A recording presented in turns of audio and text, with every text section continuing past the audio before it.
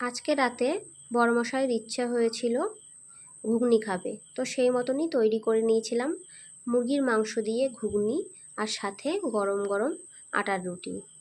আর বড়মশাইয়ের কিন্তু ভীষণ পছন্দের এই মুরগির মাংস দিয়ে ঘুগনি। ও খাসির চর্বি দিয়ে অতটা ঘুগনি খেতে পছন্দ করে না। তো এদিকে মুরগির মাংসটা ছোট ছোট টুকরো করে কেটে নিয়েছিলাম, আর এদিকে প্রেশার কুকারে বুটটাও সিদ্ধ করে নিয়েছিলাম। আর বুটটাও খুব সুন্দর একটা সিটিতেই সিদ্ধ হয়ে গিয়েছিল, যদিও বিকেলবেলায় ভিজিয়ে রেখেছিলাম। এরপর কড়াইতে আলুগুলো দিয়ে ভাজা ভাজা করে নিয়ে আলুর সাথে মাংস মশলা ভালোভাবে কষিয়ে নিয়েছিলাম।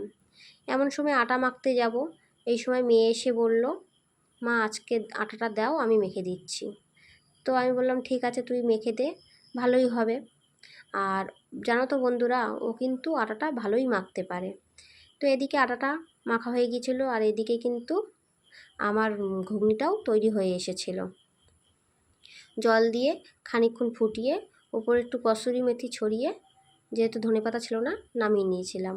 আর হালকা একটু ঝোল রেখেছিলাম, যেহেতু রুটি দিয়ে খাবে। আর এদিকে রুটিগুলোও তৈরি করে নিয়েছিলাম এক এক করে। তো এরপর গরম গরম রুটি আর ঘুগনি সাথে একটু পেঁয়াজ কুচি করে কেটে নিয়েছিলাম। এই দিয়েই সবাই মিলে রাতের খাওয়া দাওয়া করে নিয়েছিলাম। যেহেতু সকাল সকাল তৈরি হয়ে গিয়েছিলো, সেই জন্য সকাল সকালই সবাই খাওয়া দাওয়া করে নিয়েছি গরম গরম। আর পাপানও দেখো ওর বাবার কাছ দিয়ে কেমন খাচ্ছে।